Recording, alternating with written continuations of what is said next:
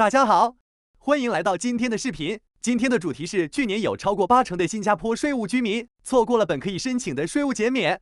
无论你是新加坡公民，还是永久居民，或者是短期工作的外籍人士，你可能都觉得缴税这件事很繁琐。但你有没有想过，你也许已经无意间多交了成千上万的新币？今天的内容就是带你彻底看懂新加坡的13种税务减免，快速申请，轻松省钱。第一章，什么是新加坡个人所得税？税务是新加坡生活中无法回避的话题。新加坡的财年从每年1月1日到12月31日，次年4月会收到税务申报通知。在新加坡，无论是公民、永久居民还是外籍人士，只要连续居住满183天或3年，就会被认定为税务居民。而非税务居民虽然需要缴税，但无法享受减免优惠。对于税务居民，新加坡实行累进税率制度，收入越高，税率越高，但最高税率仅为24%。举例来说，年收入10万新币的人，实际缴税额可能只有5650新币，约占5.7%。年收入低于22000新币，或自雇人士净利润少于6000新币，则无需缴纳所得税。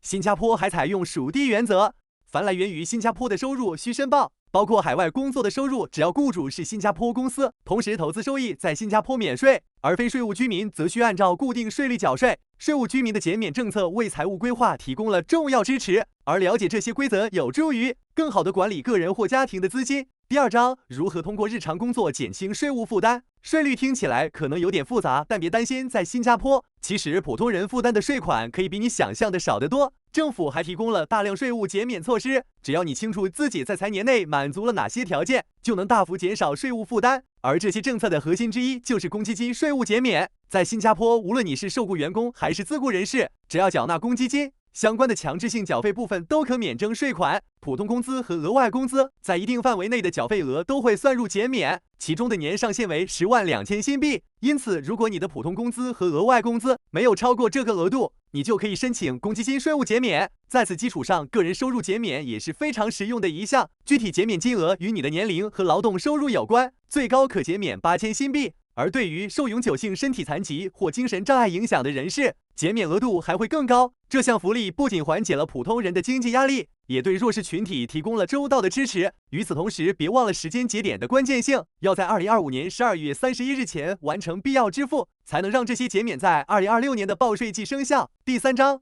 如何通过家庭税务减免为自己争取更多？如果你有家庭成员需要照顾，新加坡的税务减免政策可以显著帮助你降低税负压力。母亲在职场工作的同时，每生育一个孩子都能获得对应的税务减免。第一个孩子最多可减免8000新币，第二个为1万新币，第三个及以后达到12000新币。这些减免是家长之间共享的，你和你的配偶可以协商分配。另外，母亲如果同时适用生娃养娃税收减免和在职妈妈税务减免，扣税总额的上限为5万新币。除此之外，新加坡还为家庭成员提供额外减免措施，例如赡养父母、祖父母或兄弟姐妹，只要受赡养人的收入不超过8000新币，且你提供了经济支持，就可申请减免。对残疾亲属的照顾还能享受更高额度的减免。需要注意的是，父母税务减免和残疾兄弟姐妹减免不能对同一人重复申报。如果受抚养人不与申请人同住，则条件会更严格，需年均花费至少2000新币用于赡养。此外，有祖父母帮忙照顾孩子的职业家长，还能申请3000新币的祖父母带娃税务减免，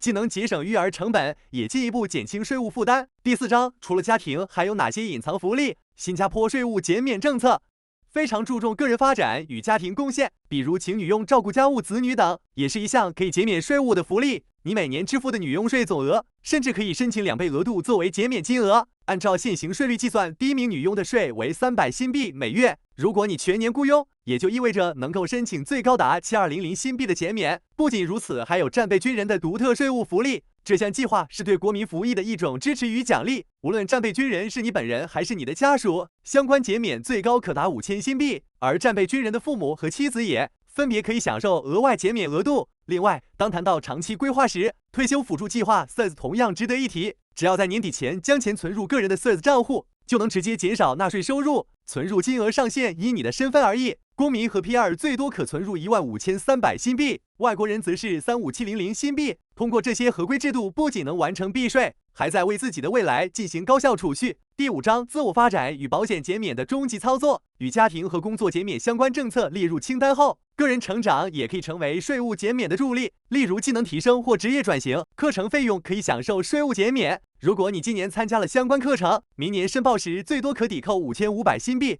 即便课程与你当前行业不相关，也可申请，但必须确保由合法注册机构提供服务。如果还有未提交的发票，请尽快处理，因为这是最后一年能申请这项减免，之后将取消。此外，人寿保险费减免是另一项隐藏福利。如果你的公积金缴费低于5000新币，可通过缴纳保险保费享受减免。这对收入较低但希望为自己及家人提供保障的人非常友好。同时，向自己或家人的公积金账户填补资金，也可享受税务减免，个人填补和家人填补的总金额每年最高可达16000新币。这些政策不仅帮助减轻税务负担，同时加强家庭财务保障。需要注意，相关操作必须在财年底完成，否则就无法享受减免。所以你在新加坡生活，为了确保每块钱都用在刀刃上，千万别忘记这13条税务减免细节。不论你是家庭主妇还是打拼的上班族，或者自由职业者，2025年我们都能通过这些方式叠加节税至极限。觉得有用的话，记得点赞、订阅、开启小铃铛，方便后面更多内容推送给你。如果你觉得今天这集内容能帮到你朋友，赶紧转发告诉他们，最后2个月可是申请高峰期。